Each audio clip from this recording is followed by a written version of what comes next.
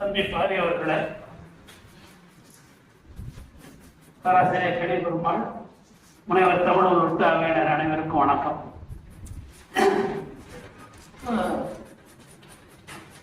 அரை மணி நேரம் என்னுடைய நேரம் முடிந்து 11:30க்கு தொடங்குறேன். அதனால நான் 3/4 மணி நேரம் உரை, 1/4 மணி நேரம் வினாவிடையை கலந்துரையாட இருந்தார். அதனால என்னுடைய பொழிவை அரை மணி நேரத்துக்குள்ள முடிச்சுக்கலாம் இருக்கிற ஒரு 1/4 மணி நேரம் அல்லது 10 மணித்துறைகள் வினாவிடை வைத்துக் கொள்ளலாம். முதல்ல நம்ம தலைப்பு எனக்கு கொடுக்கப்படுகிற தலைப்பு சங்ககால வாழ்வியல். சங்ககாலம்னா எது? முதல் கேள்வி. சங்ககாலத்துல வாழ்வியலை பற்றி நமக்கு தரவுகளை அல்லது செய்திகளை தருகிற இலக்கியங்கள் எவை? முதன்மையான இலக்கியங்கள். அடுத்து வாழ்க்கை என்றால் என்ன? அந்த வாழ்க்கையை பற்றி சங்க இலக்கியம் என்ன கூறுகிறது?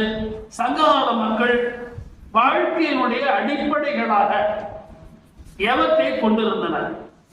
அவற்றை பற்றிய முதன்மையான கருத்துக்களை மட்டும் நிறைய சான்றுகள் கொண்டு வந்திருக்கிற காலமின்மை காரணமாக சான்றுகளை பெரும்பாலும் தவிர்த்து விட்டு செய்திகளை, ஆனால் இவனுக்கு ஒன்றும் தெரியல நினைச்சிடாதீங்க. நான் ஐயா ஒரு நூற்றுக்கணக்கான பாடல்களை சொன்னார், இவன் ஒரு பாட்டு கூட சொல்லலையே என்று நினைத்து விடாதீர்கள். காலம் கருதி பாடல்களை தவிர்க்கிறேன். இப்போ அடுத்தது நம்ம செய்திக்கு நிறைய போவோம். நான் எப்படி இருக்கேன்னா, ஒரு பக்கம் இமய பனிமலை, இன்னொரு பக்கம் விந்திய பெருமலை. ஐயா மண்ணும் இமயமலை ஐயா, இந்திய பெருமலை அவர்கள். ரெண்டுக்கு இடையில குன்று முட்டிய குருவி போல நான் நின்று கொண்டு இருக்கிறேன். இன்னொரு வகையா சொல்லணும்னா, என்னுடைய பொழிவு இப்படி ஆகிவிடுமோ என்ற அச்சத்தோடவும் இருக்கிறேன். ஒரு வரலாற்று செய்தி சொல்றேன். நல்ல தம்பின்னு ஒரு படத்தை பற்றி நீங்க கேள்விப்பட்டிருப்பீங்க. பேரறிஞர் அண்ணா அவர்கள் கதை உரையாடல் எழுதிய படம். கலைவாணர் எடுத்து அவரே நடிச்சார். அந்த படத்துக்கு இப்போ கதை உரையாடல் எழுதுனா அண்ணாவுக்கு முதலாக மகிழ்ந்து வாங்கி கொடுத்தார் கலைவாணர். அப்ப இந்த படம் முடிஞ்சு இவர் கலைவாணர் இடையில கிந்தனார் சரித்திரம் ஒண்ணு, மதுவிலக்கு கதை ஒண்ணு சேர்த்துட்டார். படத்தை போட்டு அதை பிரிவு ஆங்கிலத்தில் சொல்லுவோம் முன்காட்சி. அண்ணா வளைச்சு முன்காட்சியை காத்தாங்க. படத்தை பார்த்துட்டு அண்ணா கிட்ட கேட்டாரு, அண்ணா படம் எப்படி இருக்கு? கலைவாணர் கேட்கிறாரு. அண்ணா சொன்னாரு, my story is being sandwiched between the two sub stories. என்ன சொன்ன பொருள் என்னன்னா, என்னுடைய மூலக்கதை 2 துணைக்கதைகளுக்கு இடையில் நெருக்கப்பட்டு விட்டது, சாண்ட்விச் போட்டு அமைக்கிடுச்சு. அதுபோல 2 பேரறிஞர்களுக்கு இடையில என்னுடைய பொழிவு நெருக்குண்டு கிடக்கிறது. ஏதோ இந்த 300 விட செய்திக்கு வந்தாரு. அந்த இதெல்லாம் உங்களுக்கு தெரியும். 10 பாட்டு 8 இலக்கியங்கள்லாம் நீங்க தமிழாசிரியர் நிறைய இலக்கிய வரலாறு படிச்சிருப்பீங்க. அதெல்லாம் நான் பட்டியலை சொல்ல பாட்டு முருகு போனா பாட்டுலாம் சொல்ல போல வேண்டாம். இதோட நம்ம தொல்காப்பியம், இந்த 18ஓட தொல்காப்பியத்தை நம்ம செவ்விய இலக்கியங்களின் 41 என்றாலும் கூட இந்த 15 தான் நம்ம திருக்குறளை சேர்த்துக்கலாம்.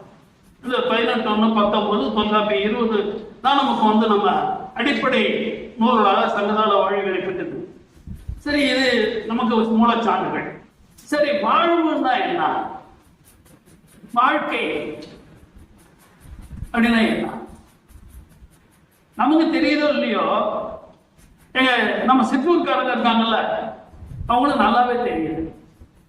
படிக்காதவங்க, நம்மளாம் ரொம்ப படிச்சவங்க. நீங்கெல்லாம் முதுகலை படிச்சு ஆய்வு பண்ணியிருக்கலாம். நான்லாம் முனைவர் பட்டம் வாங்கினவன், அவரு பெரும் பேரறிஞர், இப்படிலாம் இருந்தாலும் வாழ்க்கையை பற்றி நம்மை விட படிக்காத எளிய மக்கள் தெளிவா இருக்கிறாங்க. ஒரு நல்ல வளமா வாழ்ந்த குடும்பம், பரம்பரையா 50 ஏக்கர் 60 ஏக்கர் 300 ஏக்கர் நிலம் வச்சிருந்து தொண்டு செய்து ஏழைகளை கொடுத்து அது ஏதோ காரணத்துல வறுமைக்கு வந்துட்டாங்க. அந்த குடும்பத்தை பத்தி என்ன சொல்லுவாங்க சிற்றூர்கள்ல? வாழ்ந்து கெட்ட குடும்பம். புரியுதா? ஆனா நான் புதுசா ஒரு இளைஞர் ரொம்ப படிக்கல, ஆனாலும் ஒரு புதுசா ஒரு அரசியல் கட்சியில சேர்றாரு, ஒரு ஒப்பந்தம் எடுக்கிறாரு, கோடிக்கணக்கில் சம்பாதிச்சுட்டாரு, ஒரு 10-15 மகிழ்ந்து 5-6 வீடுகள், ஏகப்பட்ட சொத்து. அவனை பத்தி என்ன சொல்றாங்க? நல்லா பொழைச்சுக்கிட்டாயா, மறந்து கூட நன்றாக வாழ்கிறான் என்று சொல்வதில்லை. எனவே வாழ்க்கைக்கும் பிழைப்புக்கும் உள்ள வேறுபாடு நம்முடைய மக்களுக்கு தெளிவாக தெரியும். நான் இப்படி பிழைப்பிற்கான சில சமயங்கள்ல வாழ்க்கையை பிழைப்புன்னு சொல்றது உண்டு. நல்லா பொழைச்சுக்கடா, என்ன பொழைக்கிறேன், நாள பொழப்பா இருக்குது இப்படிலாம் சொல்ற உண்டு. வாழ்தலை பிழைப்பு என்று சில இடங்களில் சொன்னாலும் கூட பிழைத்தலை வாழ்தல் என்று எந்த இடத்திலும் தமிழர்கள் படித்தவர்கள் ஒருவேளை தவறா சொன்னாலும் சொல்லலாம், படிக்காத எளிய மக்கள் சொல்வதில்லை. ஏன்னா இது நம்ம மரபுல உறவு. வாழ்க்கை என்பது நெறிப்பட்ட வாழ்க்கை, அறநெறிப்பட்ட வாழ்க்கை, வாழ்வாக வாழ்கிற வாழ்க்கை. இப்படித்தான் வாழ வேண்டும் என்று அறநெறிக்கு இலக்கணத்துக்கு உட்பட்டு வாழ்வதைத்தான் வாழ்க்கை என்று சொல்கிறார்கள். யார் வாழ்கிறார்களோ இல்லையோ தமிழாசிரியர் நாம் அப்படி வாழ்க்கை.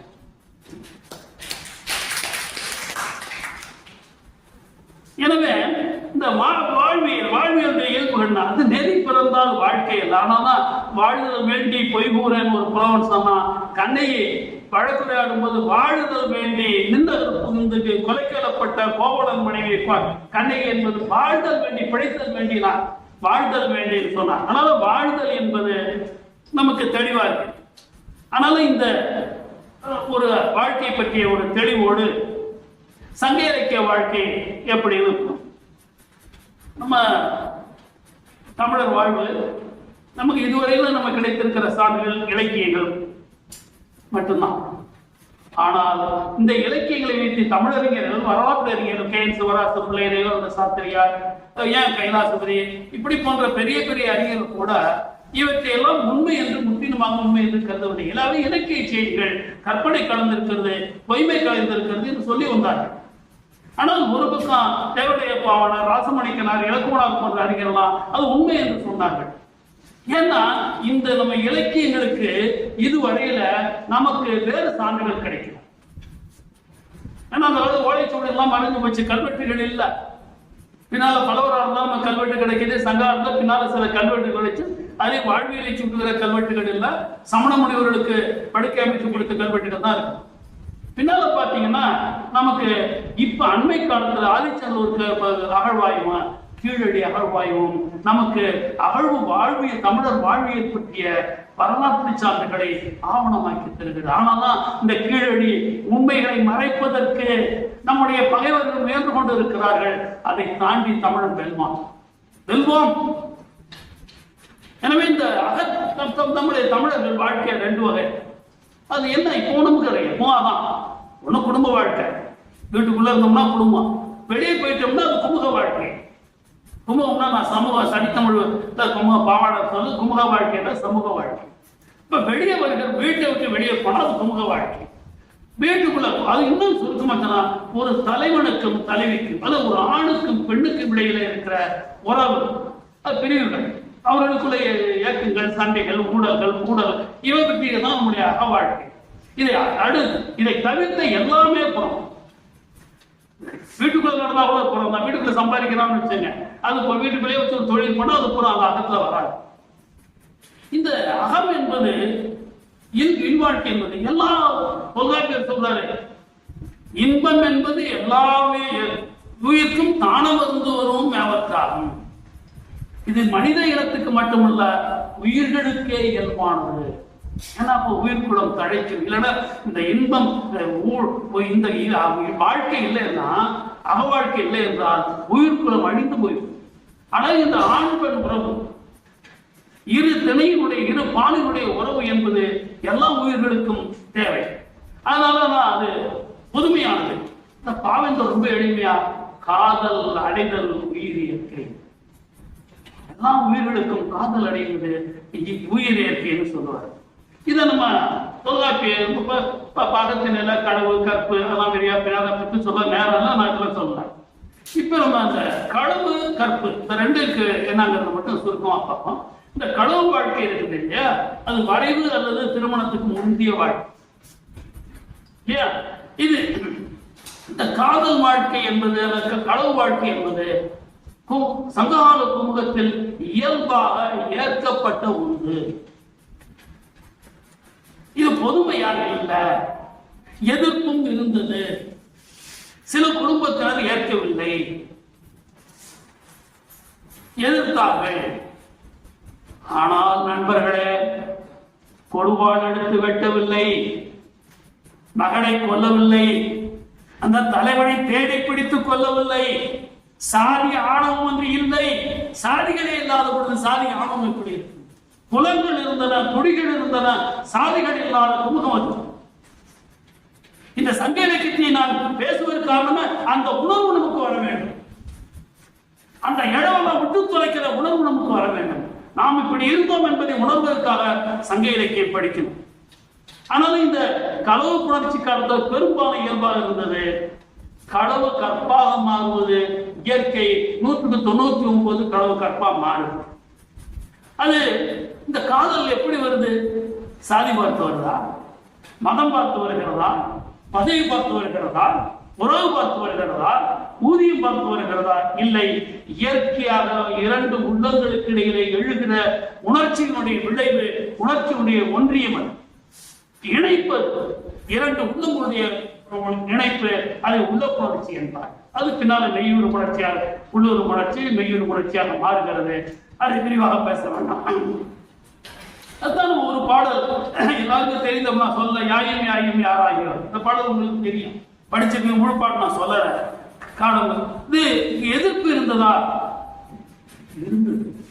அதுக்கு சார்ந்து இருக்கு. எப்படி இருந்ததுன்னு சொன்னா, ஒரு தோழி நம்ம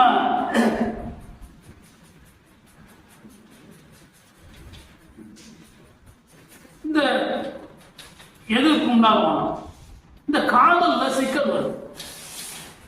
தலைவனை முழுக்க நம்பிடக்கூடாது. அவன் எப்படி பண்ணுவான்னு கண்டுபிடிச்சுக்கணும். தோழி, அப்ப தோழி தான் இந்த அறிவு சொல்ற ஒரு தலைவிட்ட, மாயோன் அண்ண மாங்குவரை கவான் வாலியோன் அண்ண வயங்கி அருவி அம்மழை கிழவன். அந்த தொடர்லாம் நீங்க போய் படிச்சா பாடல் சொல்லி போய் படிச்சீங்க. அந்த தலைவன், மலையுடைய தலைவன், குறிஞ்சிநட தலைவன் நம் நயந்து, இந்த தோழி தலைவியை உட்படுத்தி சொல்ற, உடப்படுத்தி சொல்ற, நம் நயந்து நம்மை விரும்பி என்றும் வருந்தினன். ரெண்டு பேரும் தலைவனும் தலைவன் திருமணம் காதல் பண்றாங்க, கடவுள இருக்கிறாங்க. இப்ப பெற்றோர்களுக்கு சொல்லணும், அது சொல்ற வேலை தோழியோட வேலை. அதுக்கு அறத்தல் தொல்காப்பியத்துல துறை பேரு. இப்ப அறத்தல் இருக்கிறா, இதுக்கு ஒரு முறை வச்சிருக்கிறாங்க. முதல்ல தோழி செவிலி கிட்ட சொல்லுவா, செவிலி நத்தாய் கிட்ட சொல்லுவா, நத்தாய் தந்தை கிட்ட சொல்லுவா, எல்லாருக்கும் தெரியும். இப்ப இவ என்ன பண்றா, இந்த கிழவன் நம் நயந்து வருந்தினன் என்பதோர் வாய்ச்சொல் தேராய். தோழி கிட்ட சொல்றா, தலைவீடு நீ ஒழுங்கா எப்படி கவனமா இருக்குன்னு, நீயும் கண்டு கண்டுதான் பார்த்துல ஏற்கனவே பார்த்துட்டாங்க ஆராய்ந்து, நீயும் கண்டு நுமரோடும் எண்ணி, உனக்கு வேண்டிய உன்னுடைய அறிவார்ந்த சூழல் தோழிகள் இருக்காங்கல்ல என்ன கூட, அவங்களெல்லாம் கலந்து பேசி அறிவறிந்து அளவழ வேண்டும். திடீர்னு நம்பி அந்த எவன் பண்ணாலும் போயிடாதம்மா, விரும்புறான் ஒன்ன. ஆனா நீ என்ன பண்ணணும், நீயும் ஆராயணும், நம்மளோடும் எண்ணி கலந்து பேசணும். உன் மீது அன்புக்குரியவர்கள் உன்னுடைய நலம் நாடுகளோடு கலந்து பேச வேண்டும். அளவு அறிந்து, நான் காதல் எப்படிப்பட்டது, கடைசி வரைக்கும் வச்சிருப்பானா, வடிப்பானா என்பதையெல்லாம் கலந்தறிந்து அளவறிந்து நீ அளவிட வேண்டும், அவளோட தொடர்பு கொள்ள வேண்டும். எப்படின்னா காலம் சொல்றா, பெரியோர் நாடி நட்பின் அல்லது நட்பு நாடார். ஒரு பெரிய அறிவிஞர்கள் ஒரு இடத்துல நட்பு கொள்ளணும்னா அந்த நட்பு நமக்கு நிலையான நட்பா என்று அவரை பண்பறிந்து நட்பு கொள்வார்களுடைய நட்பு கொண்ட பிறகு ஆராய மாட்டாங்க. அது மாதிரி நீ அவனை காதலிச்ச பிறகு அந்த பையனை பத்தி ஆராயாத, காதலிக்கு முன்னாடியே அவனை பத்தி கொஞ்சம் ஆராய்ந்து, இப்படி ஆராய்ந்து கொண்டால் இந்த காதல் மனங்கள் தோல்விய முடியாது.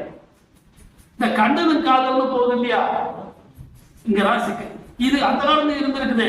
இது ரொம்ப நுட்பமா கபிலர் சொல்றாரு. நற்றினை 32வது பாட்டுல தோழி கூட்டா.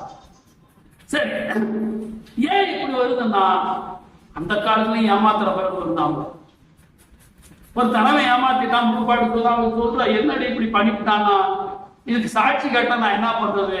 குருவும் உண்டு தான் மனம் தான். அந்த காதல் பண்றவங்க 2 பேரும் சாட்சி வச்சுட்டா காதலிப்பாங்க. இதுக்கு என்ன யாரு நான் சாட்சி கண்ண எங்க நிப்பாவேன்? பக்கத்துல ஒரு குரு நான் சாட்சி. குரு தானது பொய்ப்பின் ஞானவன் செய்கோ. அந்த பொய் சொன்னா நான் என்ன பண்ணுவேன்? சாட்சி குரு வந்து சாட்சி. குருவும் உண்டு தான் மனம் தான் ஞானேன்னு. இப்படிப்பட்ட அளவில் பொய்யும் பழுவும் தோன்றிய பின்னர் ஐயர் யாத்தல கரணம் என்பன்னு சொல்றார்கள். அதனாலே பொய்காரம் வந்துட்டா தப்பு வந்துடுச்சு. அப்பதான் சில சட்டத்திட்டங்கள் வரைமுறைகளை கொண்டு வர்றாங்க. இப்ப இந்த நெஞ்ச கலந்த காணுடைய திருமணம் சில நிலைகளில் பெற்றோர்கள் ஏற்று அவர்களே வரைவு செய்கிறார்கள். சில உடன்போக்கு, பெரும்பாலும் உடன்போக்கு. அந்த உடன்போக்கு நிகழ்ந்தது 2 நிலை. ஒன்று போய் தேடி பிடிச்சி திருப்பி கூட்டு வந்து மனம் பண்ணி வைக்கிறது. இன்னொன்னு போராட விட்டுரும், அவங்க எப்படியோ குழைச்சு விட்டுறது. 2 நடந்தது. இப்ப என்ன சொல்றான்? யாராவது ஓடி போயிட்டாங்க, ஓடுகாடி கண்ணப்ப கண்டச்சிருக்கி இன்னும் வந்து அவ்வளவு இருக்கிறாங்க. அதனால அப்படிலாம் சொல்லலாம். அப்ப இது ஒரு பாட்டு கலித்தொகையில வருது. நான் முழுமையா சொல்லலாம். ஒரு தலைவையும் தலைவனும் உடம்போக்கு போயிடுறாங்க. போன பிறகு நத்தாய் பார்த்தா செவிலி அடி போயிட்டா போனது போற போய் பார்த்து கூட்டிட்டு வாங்க. இவ போறான். போகும்போது எதிரில் அந்தனர் வருகிறார்கள். அவங்க அந்தனர் சான்றோர்கள். அவர்கிட்ட கேட்கிறார், இது மாதிரி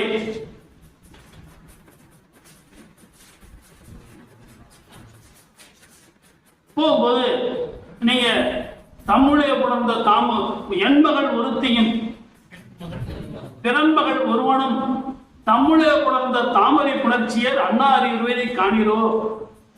என் மகளை இன்னொருத்தனும் கூட பார்த்தீங்களான்னு.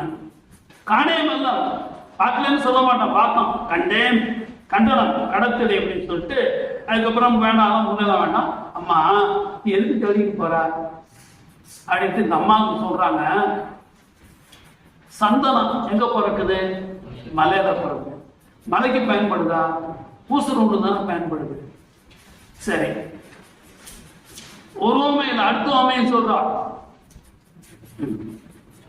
தண்ணியில பவனி முத்து பறக்குது கடல்ல. அது கடலுக்கு பயன்படுதா? நீரோட பெண் முத்தம் நீருக்கு பயன்படுதா? இல்லையே, நீரோடு தானே பயன்படுது. அது என்று சொல்லிட்டு யாழ்ல இசை மீட்டுகிறார்கள். அந்த யாழுக்கு ஏதாவது பயன் உண்டா? கேட்பவர்களுக்கு தானே பயன் உண்டு. நும்மகள் அண்ணவள் சூடுங்கால் நும்முகள் நுமக்குமாங்க ஆகிறே. ஆராய்ந்து பார்த்தா உங்க மக உங்களுக்கும் அப்படிப்பட்டவர். அம்மா இறந்த கற்பினாக்கு எப்பம் படரன்மை. அவ மிகச்சிறந்த கற்பனை உடையவள், உடன்போக்கு போயிருக்கிறாள். அவளுக்கு எந்த துன்பமும் செய்யாதீர்கள் என்று சொல்லுகிறார்கள். அந்த தாய் செவிலி தாய் கேட்டார், நத்தாயும் கேட்டார், பெற்றோரும் கேட்டனர். அந்த தலைவனும் தலையும் நன்றாக வாழ்ந்தனர். இது கலித்தொகையில பாடல் வேணா நீங்க போய் படிச்சீங்க. சரி, இத இன்னும் ஒரு பாட்டு என்னன்னா, பெற்றோர்களே மனம் திரும்பியது உண்டு. ஒரு தலைவனும் தலைவியும் போய் காதலிக்கிறாங்கன்னு போய் சொல்றா. எப்படி சொல்றா? அறத்தோடு பாட்டை முழுக்க சொல்ற நேரங்கள் அறத்தோடு நின்றேனை. அறத்தோடு உங்க மாதிரி தலைவி ஒருத்தனை கண்டு காதலிச்சுட்டு இருக்கிறா, திருமணம் செஞ்சுட்டு ஆசைப்படுறான்னு அது முறைப்படி போகுது. கண்டு திறம்பட என் ஐயருக்கு உரைத்தாள் யாய். நான் அம்மா கிட்ட சொன்னேன். அம்மா அவளும் ரொம்ப நுட்பமாக தான் சாதுரியமாக தான் சொன்னாங்க. எடுத்து சொல்ல, அப்பா மனம் கோணாமே சினம் கொள்ளாதவாறு திறம்பட உய்த்து உரைத்தாள். அவன் என்ன பண்ணுவான்னு உய்த்து உரைத்தாள். உடனே அவன் என்ன பண்ணான்னு தெரியுமா? அப்பாவா அவரும் தெரிகனை நோக்கி, இந்த கம்ப பார்க்கறானா, கனை நோக்கி ஆராயறானா. எது கூறா போதும் அந்த பேர கூறும். தெரிகனை நோக்கி சிலை நோக்கி வில்ல பார்த்து கண் சேர்ந்து கண்ணு சவந்து சினத்தினால கண் சேர்ந்து அவரும் தெரிகனை நோக்கி சிலை நோக்கி கண் சேர்ந்து ஒரு பகலெல்லாம் முறுத்து ஒரு பழந்த பழ புறனா கொண்டு தொலைச்சு நின்று வேலை ஆட்டம் ஒரு நாள் முழுக்க ஆடாத ஆட்டம் தான் ஆடுறாங்க. எழுந்து எல்லாம் முடிச்சு ஆறி இருவர் குற்றமும் இல்லையா அறிந்து உலகத்து இயற்கையா இருவர் மேலே குற்றம் இல்லையா என்று பெருமந்து சாய்த்தார் அதை உணர்ந்து ஒதுங்கிட்டாங்க. இந்த பெற்றோர்களே திருந்தி ஏற்றுக்கொண்டதும் உண்டு, சான்றோர் சொல்ல ஏற்றுக்கொண்டதும் உண்டு. இது அதுக்கப்புறம் கற்புக்கான செய்திக்கு நிறைய போல ஒரே ஒரு தொடர்ல ஒரு சொல்ல வாழ்க்கைன்னா என்ன, கற்பு வாழ்க்கை காமன் வாழ்க்கை எப்படி இருக்கு சொல்றதுக்கு கரித்தொகை 3 வரிகள். ஒரோ வகை ஒன்றன் கூறாடை உடுப்பவரை ஆயினும் ஒன்றினார் வாழ்க்கையே வாழ்க்கை. இதுக்கு மேல வாழ்க்கை இல்வாழ்க்கை எப்படி இருக்குன்னு சொல்லவே முடியாது. ஒரு கிழிச்ச துணி அதுதான், அது 2 கிழிச்சு உடுத்திக்கிற அளவுக்கு ஏழை வாழ்க்கை வறுமை. ஆனா அந்த வாழ்க்கை வாழ்கிற பொழுது இந்த இருவர் மனமும் எப்படி இருக்குது, ஒன்றி இருக்கிறது. பின்னால பாரதிதாசன் முதியோர் காதல பாடுவார் இல்லையா, அவள் இருக்கின்றாள் என்பதொன்றே எனக்கு இன்பம் நல்கும். அவள் சொல்லவும் அந்த மரவணை சுமந்த நெஞ்சம் மட்டும் ஓய்வதில் தலைவி சொல்றதுமா முதியோர் காதல பாடுவார். எல்லாம் கைகால் ஓஞ்சி போச்சு, எல்லாம் வந்து போச்சு. ஆனா அந்த கழவனை சுமந்த நெஞ்சுக்கு மட்டும் ஓய்வு இல்லைன்னு கழுவி சொல்லுவா. கழவன் சொல்லுவான் இப்படி அவள் 2 பேரும் நினைவுல இருப்பாங்க. அதனால இந்த இப்படிப்பட்ட மனம் ஒன்றிய வாழ்க்கை, உள்ளம் ஒன்றிய வாழ்க்கை, அது கூடல் வரலாம் அப்புறம் கூடல் வரலாம், எல்லாம் சேர்ந்து போய் என்ன வரும். இதுல இடையில நீங்க ஒரு ஐயன் கேட்கலாம், இவ்வளவுதான் சிறப்பா சொல்றீங்களே, குறையே இல்லாத ஒரு குமுகமா தான் இருந்ததா? இல்ல, அங்கேயும் பொய் சொல்றவன் இருந்தான். பரத்தமை இருந்து தொல்காப்பியர் பதிப்புற காமல் கிழத்தை காதல் பரத்தை இப்பரத்தை சேரிப்பர் எல்லாம் பற்றி எல்லாம் போகும். இதை வைத்துக் கொண்டு இடதுசாரி சிந்தனையாளர் சிலர் சங்கால சமூகம், ஒழிஞ்சு போன சமூகம், மோசமான சமூகம் ரொம்ப ஆராய்ந்து வந்து எழுதியிருக்கிறாங்க. ஆனா ஒன்றை அவர் மறந்து விட்டார், தொல்காப்பியத்தை ஒழுங்கா படிக்கிறார். தொல்காப்பியம் இத்தனையும் பதிவு பண்ணியிருக்காரு. ஆனால் இதை எந்த 3 தொடராக சொல்றாரு, இது அடங்கா ஒழுக்கம்ங்கிறார் ஒரு இடத்த. நான் தொடர்லாம் சொல்லல, காலம் கட்டி விட்டுறேன். அடங்கா ஒழுக்கம், பேணா ஒழுக்கம், போத்தா ஒழுக்கம். இந்த பரத்த ஒழுக்கம் இருக்கிறத, இந்த ஒழுக்கம் என்ன சொல்ற, அந்த பையன் அடங்காப்படா இருக்கு, அதை அடங்கா ஒழுக்கம். பேணா ஒழுக்கம் நன்னெறி பேணாத ஒழுக்கம், போத்தா ஒழுக்கம் நேர்மை போத்தாத ஒழுக்கம். எனவே இது ஏற்கத்தக்க இல்லை. ஒரே ஒரு உண்மை சொல்றேன், இன்றைக்கு தெருவுக்கு தெரு சாராய கடை, போதை மருந்துகள், அரசே சாராயம் விற்குது. நம்ம அரசாங்கம் தப்பு தான், சாராயம் விற்குது. ஆனால் மக்களுடைய கருத்து என்ன? மது குடிப்பது சரிங்கிறதா பொது சமூகத்தினுடைய கருத்து. இவ்வளவு மது கடைகள் திறந்த பிறகும் மக்களுடைய பொது கருத்து என்னன்னு கேட்ட, பப்ளிக் ஒப்பீனியன் கேட்டீங்கன்னா மது கூடாது என்பதுதான் கருத்து. இதுதான் அன்றைக்கும் இருந்தது. பரத்தமை இருந்தது, ஆனால் பரத்தமை கூடாது என்று. ஏன்னா இல்லைன்னா போய் ஏன் சான்றோர்கள் தடுக்கிறாங்க. கண்ணகி அவனுடைய மனைவி கடையில் கொள்ள ஒருத்தன் மனைவி விட்டு பரத்தை ஒழுக்கம் போயிட்டான். 5 புலவர்கள் போய் அவனோட ஒழுங்கா போய் கண்ணையோட சேர்ந்து வாழ்ந்து கட்டிக்கிறாங்க. அது இயல்பானதாக இருந்தால் சமூகம் ஏற்றுக்கொண்டதை ஏன் புலவன் போய் சொல்லணும்? சொல்ல வேண்டியது இல்லையா? இது இயல்பு. எதுக்கு போகலாம், போமா எதுக்குன்னு சொல்லணும். கண்ணகின்ற கண்ணீரை துடை என்று 5 பாடல்கள் அந்த புலவர்கள் சொல்லுகிறார்கள். இதுவும் சான்றாக இருக்குது. எனவே இந்த கம்பினர், பரணர், அரசியல் பிழார், பெருங்கந்தூர் பிழார்லாம் இதை போய் கண்டித்திருக்கிறார்கள். எனவே இது குடும்ப வாழ்க்கையை, இல்லற அக வாழ்க்கையை பற்றி இந்த அளவோடு நான் நிறைவு செய்து நம்ம புற வாழ்க்கைக்கு ஒரு சங்கால குமுகம்னு சொன்னா இன்றைக்கு கீழடியில கிடைத்திருக்க அகவாழ்வுகள்ல மதம் பற்றிய, கடவுளை பற்றிய, வழிபாடுகள் பற்றிய சான்றுகள் கிடைக்கல. ஆனா நம்ம இது எப்படி திருவிழாவில் பண்றாங்க பாருங்க. நம்ம அந்த அகழ்வாய்வு அறிக்கையே வெளியிட விடாம தடுத்துட்டு இருக்கிறாங்க. இதற்கிடையில அண்ணா பல்கலைக்கழகத்திலும் தமிழ்நாட்டில் இருக்க சென்னை அண்ணா பல்கலைக்கழகத்துல ஒரு குழுவினர் ரொம்ப ஆராய்ச்சி பண்ணி கண்டுபிடிச்சு மகாபாரதத்துக்கு இந்த கீழடி தகவலுக்கு தொடர்பு இருக்குன்னு எழுதியிருக்கிறாங்க. தமிழனை ஒழிச்சு கட்ட, தமிழனை இழிவுபடுத்த, தமிழனுடைய பெருமைகள் எல்லாம் ஆழ குழி தோண்டி புதைக்க ஆரியர்கள் 2000 ஆண்டுகளாக தொடர்ந்து முயற்சி செய்கிறார்கள். இன்றும் முயற்சி நடக்கிறது. சரி, அடுத்து தெய்வம். சங்ககால சமூகத்துல தெய்வம் முதன்மையானதல்ல. முதற் குறள் என்ன சொல்லுங்க? நிலம் பொழுது. இவர் எங்க போறாரு? தெய்வம் கருப்பொருள்ல போறாரு. முதற் பொருள் இல்ல. இப்ப தெய்வத்துக்கு முதன்மை இல்ல. சரி, அங்க இருந்து தெய்வ நிலை தெய்வங்கள், குல தெய்வங்கள், குடி தெய்வங்கள். நம்மூர் சாமி எல்லாம் மேல இருந்து வர்றதில்லை, இங்க வாழ்ந்து வரும் தெய்வமாகிறார்கள். ஆரியனுடைய கடவுள்லாம் மேல இருந்து தேவையா இருக்க தேவலோகத்துல இருந்து வரும். வந்து அருள் பட்டுட்டு போயிடுவார் திருப்பி. நம்ம சாமி நம்ம கூட இருக்கும், நம்ம கூட பேசுவாரு, முடுக்கடிச்சு நம்ம கூட பேசுவாரு. நம்மளுக்கு திடீர்னு சாமி வரும். ஏன்னா பக்தா என்ன மறந்துட்டு ஆடு வீட்டுல பாரு சாமியை வெட்டிடுறோமா. இது நம்ம சாமி நம்மோட ஒன்றியது, நம்ம மொழியில பேசணும். தரையில் வேண்டியது இல்லை. அந்த சாமிக்கு தரையில் வேணும். இந்த சாமி எல்லாம் சங்க காலத்துல இல்ல. இதை உணர்ந்து கொள்ளுங்கள், மாணவர்களை சொல்லுங்கள். அடுத்த சமயச்சார்பு இல்லாத, சாதி மதங்களுக்கு முதன்மை தராத ஒரு நிறுவனப்பட்ட சமயம் இல்லை. கடவுள் நம்பிக்கை இருந்தது, மூட நம்பிக்கை கூட இருந்தது, சவணம் பார்க்கிறதெல்லாம் இருந்தது.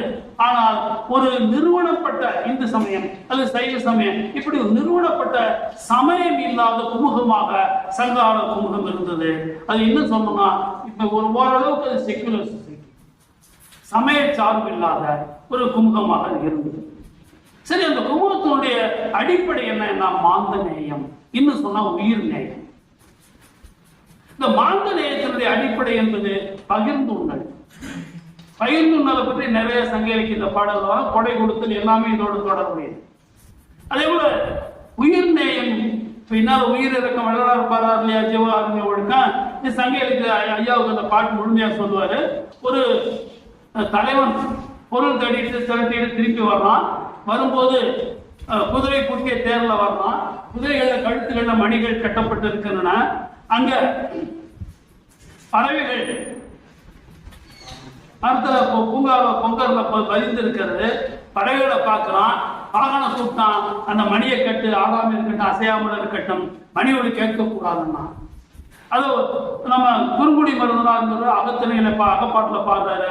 பூத்த பொங்கல் துணையோடு வதிந்த தாதுன் பறவை பேதுரல் அஞ்சி மணிநாத்த மான்மணி தேரன். இப்ப மாசு, ஒலி மாசு பேசுறோம் இல்லையா, அந்த ஒலி மாசு கூடாதுங்கிற உணர்வு, இந்த ஒலி மிகுதியானால் மனிதனுக்குள்ள பறவைகளுக்கு கூட இடர் வந்து கூட கூடாது, துன்பம் நேரக்கூடாது என்கிற உயர்ந்த மாந்த நேயம் கொண்ட மனிதர்கள் வாழ்ந்த குமுகம். இன்னைக்கெல்லாம் மாந்த நேயம் என்பது ஏழை மக்களுக்கு தான் இருக்குது. சில இடத்துல இல்ல, படிச்சவங்கிட்ட இல்ல, பணக்காரங்கிட்ட இல்ல. ஆனால அந்த அப்படிப்பட்ட மனிதர்கள் வாழ்ந்த காலம்.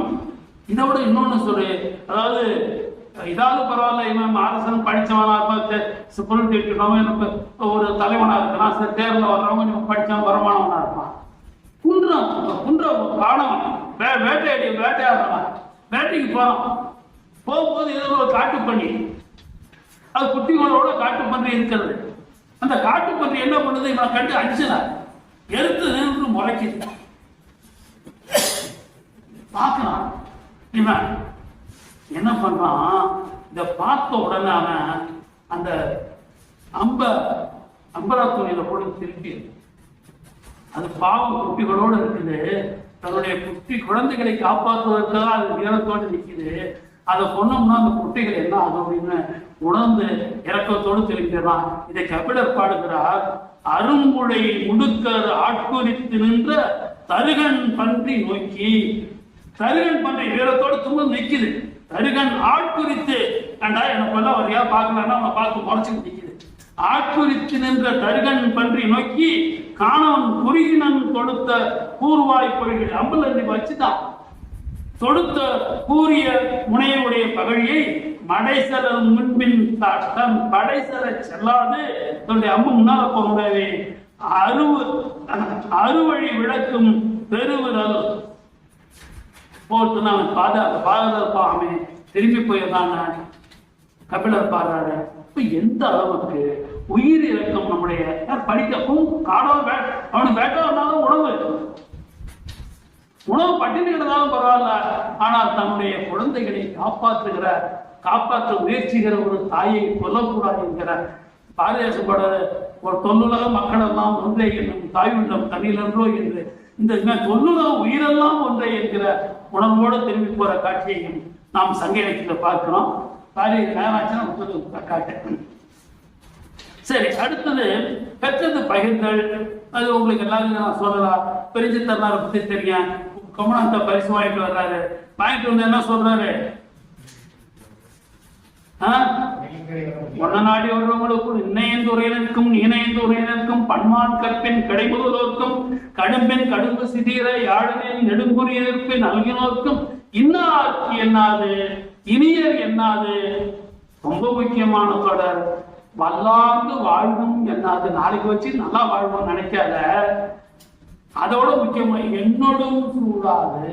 இப்ப பெண்ணியம் பெண்ணுரிமை எல்லாம் பேசுறோம்ல. எங்க வீட்டுக்காரமா யாராவது வந்து நன்கொடை கேட்டா என்ன சொல்லுவாங்க?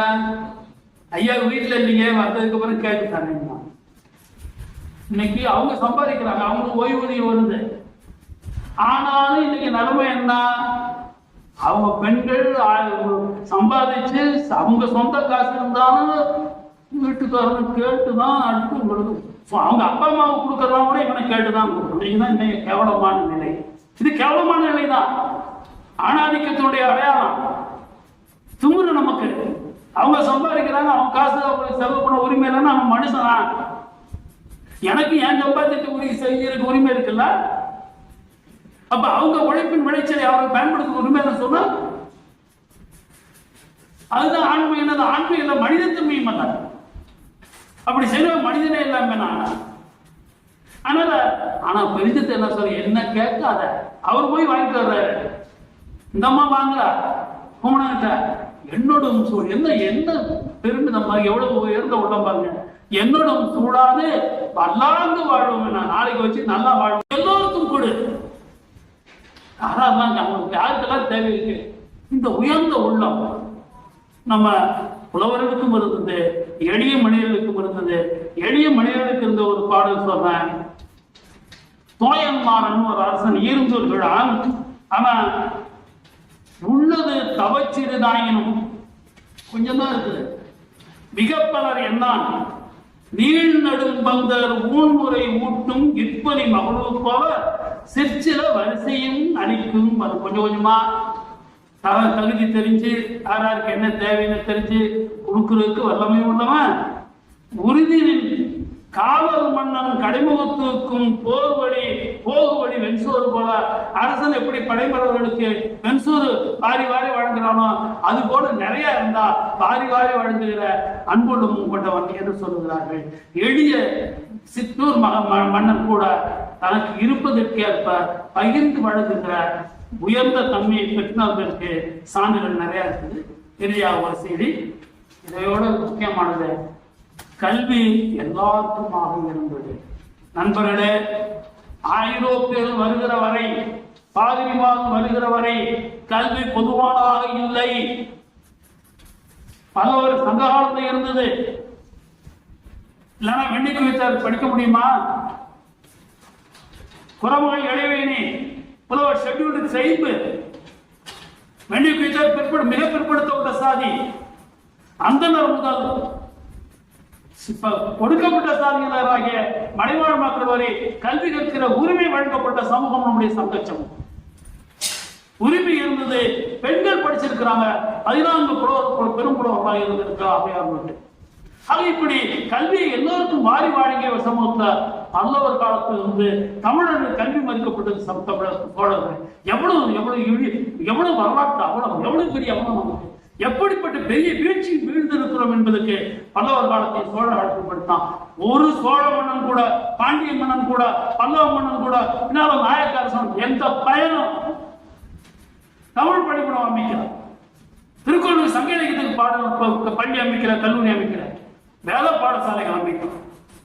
எல்லா ஊர்களையும் நம்முடைய உழைச்சி மக்களுடைய பணத்தை அள்ளி அள்ளி கொடுத்து, நிலங்களை கொடுத்து வேத பாடசாலை, வேத கல்வி செழித்தோங்கியது. தமிழ் கல்வி திண்ணையிலே முடங்கியது. வள்ளுவர்களும் வள்ளுவக்குடியில இருந்தவர்களும் இந்த வேளாளர் பெருமக்களும் சில பேர் மனம் இறங்கி எளிய மக்களுக்கு திண்ணையில வச்சு, அது ஏழை மக்கள் நின்று இருப்பான். இந்த ஆசிரியர் திண்ணையில உட்காந்து பாடம் நடத்துவாரு. இந்த பண்டைகளுக்கு ஆனா சொல்லி கொடுத்துருந்தாங்க. ஒழிய இந்த ஆய்வுக்கல்வி இருந்தது. பல்கலைக்கழகம் உயர்கல்வி எல்லாம் பார்ப்பனருக்கு மட்டுமே உரியா இருந்தது. அதுவும் சமஸ்கிருத கல்வியாக மட்டும் இருந்தது. இது கிட்டத்தட்ட நாயக்கர் காலம் வரையிலும் இருந்த தமிழ்நாட்டினுடைய மிகப்பெரிய கொடிய அவலமான நிலை.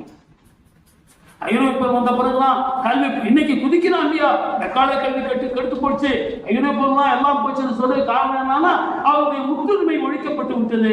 இன்றைக்கு நம்ம எல்லாம் படிச்சோம், எல்லோரும் படிக்கிறோம். இதற்கு ஐரோப்பியர்களுடைய ஆங்கில ஆட்சி காரணமாக 1000 தப்பு பண்ணி இருக்கலாம், பெருமை பண்ணி இருக்கலாம். ஆனா கல்வி எல்லோருக்குமான நன்மையை செய்தது அவர்கள். இந்த நிலை இன்னைக்கு 2000 ஆண்டுகளுக்கு முன்னாலே இருந்தது. சனாதனத்தை, ஆரியத்தை, பார்ப்பனியத்தை, சமஸ்கிருத நெறியை நம்முடைய தமிழ் மன்னர்கள் ஏற்றதனால இதை இழந்தோம். பாண்டிய மன்னன் சொல்றான், புற்றுவி உதவியும் முருகன் கொடுத்தும் பித்தனை முடியாது கற்றல் என்று பிறப்போரென உடன்வயிற்றிலும் சிறப்பின் பாலால் தாய் மனம் தெரியும் ஒருகுடி பிறந்த பல்லோரும் மூத்தோன் வருகை என்னாது அவர்கள் அறிவுடையவன் அரசு ஆறும் செல்லும் அரசும் செல்லும் கீழ்ப்பால் ஒருவன் கற்பின் நற்பால் ஒருவனும் அவன் கற்பன். கல்வி எல்லோரும் கல்வி கற்க வேண்டும் என்று அரசன் சொல்றான். ஏன்னா அப்படி சொல்லுகிற அரசன் அந்த கல்வி எல்லாருக்கும் பொதுவானதாக வைத்தான். ஆனால் ஒடுக்கப்பட்ட சமூகத்தை சேர்ந்த பெண்கள் கூட கல்வி கற்க முடியும்.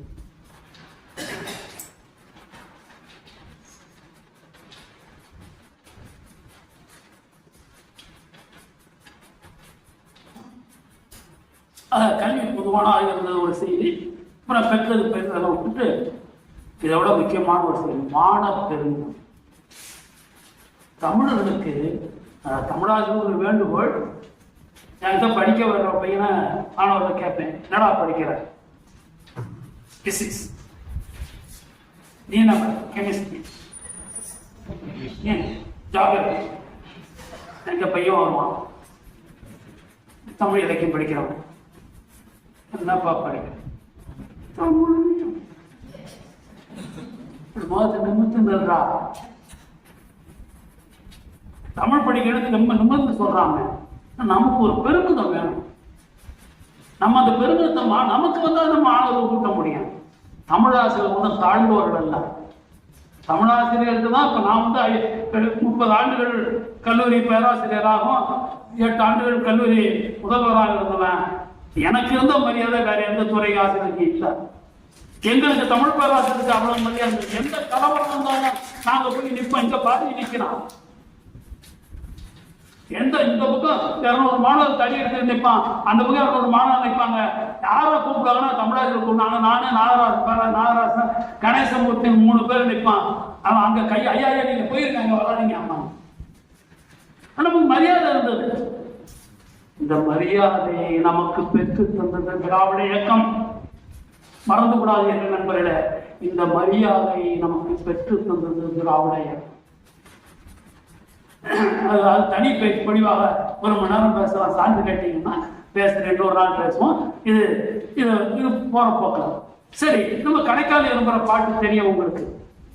சிறையில இருக்கிறான், தண்ணி கேட்கிறான், குடுக்கல, உயர்த்துறது இல்லையா?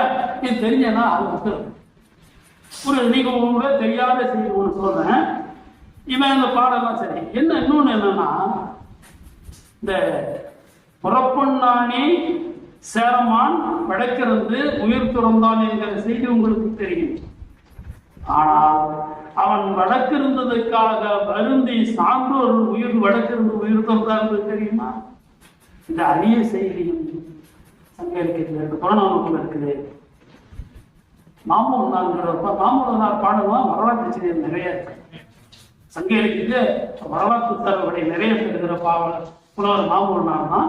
அவர் ஒரு வரலாற்று பேராசிரியர் ஆய்வாளர் சொன்னா, அப்படி பதிவு பண்ணிச்சு.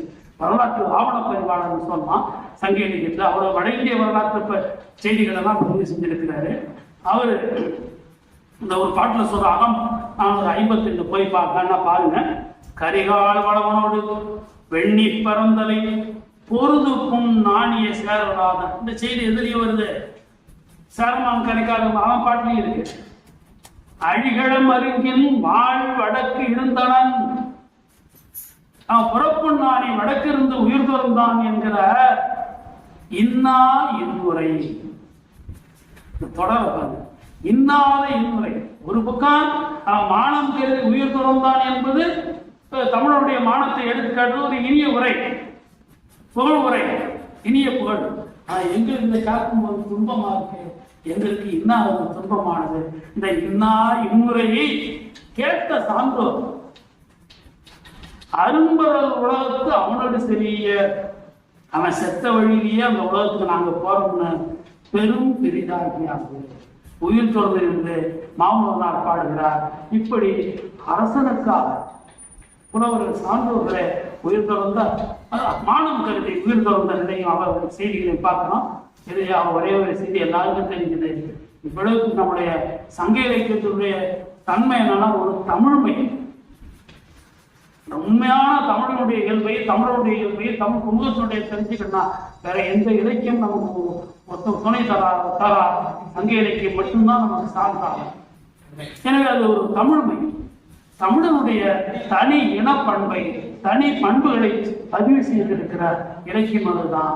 இன்றைக்கு நாம் மீண்டும் தமிழ் மொழியினுடைய இனத்தினுடைய உரிமையை மீட்க வேண்டும் என்றால் அதற்கான பெருமித உணர்வை, மான பெருமித உணர்வை, உரிமை மீட்பு உணர்வை தருவனும் சங்க இலக்கியங்கள் தான் இருந்தாலும் கூட இதற்கிடையில ஒரு உலக நோக்கும் தமிழருக்கு இருந்தது. எல்லோருக்கும் தெரியும், யாதும் ஊரே யாவரும் கேடு என்பது தெரியும். எனவே இந்த அளவில் இறுதியாக நம்ம தமிழாசிரியர்களுக்கு குறிப்பாக கல்லூரி அறிவு சங்க இலக்கியம் படிக்கிறதுக்கு அருமையானது. கடினம் இதுதான் கடினம் இல்லை, எல்லாம் தான் கடினம். ஆங்கில ஹிந்து படிக்கிறீங்களா, புரியுதாருமா? பட்டாள வழக்கு புதினம் படிக்கிறோம்ல, பட்டாள வழக்கு புதினத்துல பெருமாள் முருகன் புதினம், கொங்கு நாட்டு வழக்கு சொற்கள் எல்லாம் நமக்கு பொருள் தெரியுதா? ஜெயமோகன் புத்தகத்தை படிக்கிறோம், நாவல் வழக்கு முழுக்க தெரியுதா? தெரியல, தெரியாம மேல போற புரிஞ்சுக்கிறேன்ல, அதுக்கு உரையும் இல்லை, ஒரு அளவும் இல்லை. அதை படிக்கிறீங்கல்ல, சங்க இலக்கியத்தை நம்மளால உரையெல்லாம் போட்டு கொடுத்துருக்காங்க, படிச்சா புரியும். செந்தவனும் நாப்பழக்கம்ங்கிற மாதிரி படிக்க படிக்க படிக்க படிக்க நமக்கு புரியும். எனவே இந்த தமிழ் மொழி இன நாட்டு உரிமை நாடுவதற்கு மான வரலாற்று பெருமிதம் வேண்டும். அந்த வரலாற்று மான பெருமிதத்தை தருவன சங்க இலக்கியங்கள். அவற்றை படியுங்கள், ஆழ கற்றுக்கொள்ளுங்கள், எல்லோருக்கும் கற்றுக்கொள்ளுங்கள். உங்களுக்கு முதலில் நீங்கள் நாங்கள் தமிழர்கள் பெருமிதமோடு வாழுங்கள். உங்கள் மாணவர்களுக்கு தமிழன் என்கிற உணவை, தமிழ் மொழியினோடு உயிர் என்கிற உணர்வை ஊட்டுங்கள். அது தமிழாவுடைய முதல் கடமை என்று கூறி இறுதியாக பழம்போலும் சங்க பணுவலை கற்றால் கிழம் போகும். நான் இளமையா இருக்கேன்னா அந்த காரணம் அதுதான். ஐயா 1 மணி நேரம் என்னோட 3 ஆண்டு வகை பெரியவர் எனக்கு பேசுறாருன்னா சங்க இலக்கியம் படிச்சதுதான். அதனால பழம்போடும் சங்க பணுவலை கற்றால் கிழம் போகும், கீழ்மையும் போகும். நம்ம அது அடுக்கெல்லாம் போயிடும். எனவே நீங்கள் சங்க இலக்கியம் கற்றுக்கொள்ளுங்கள். வாய்ப்புக்கு நன்றி.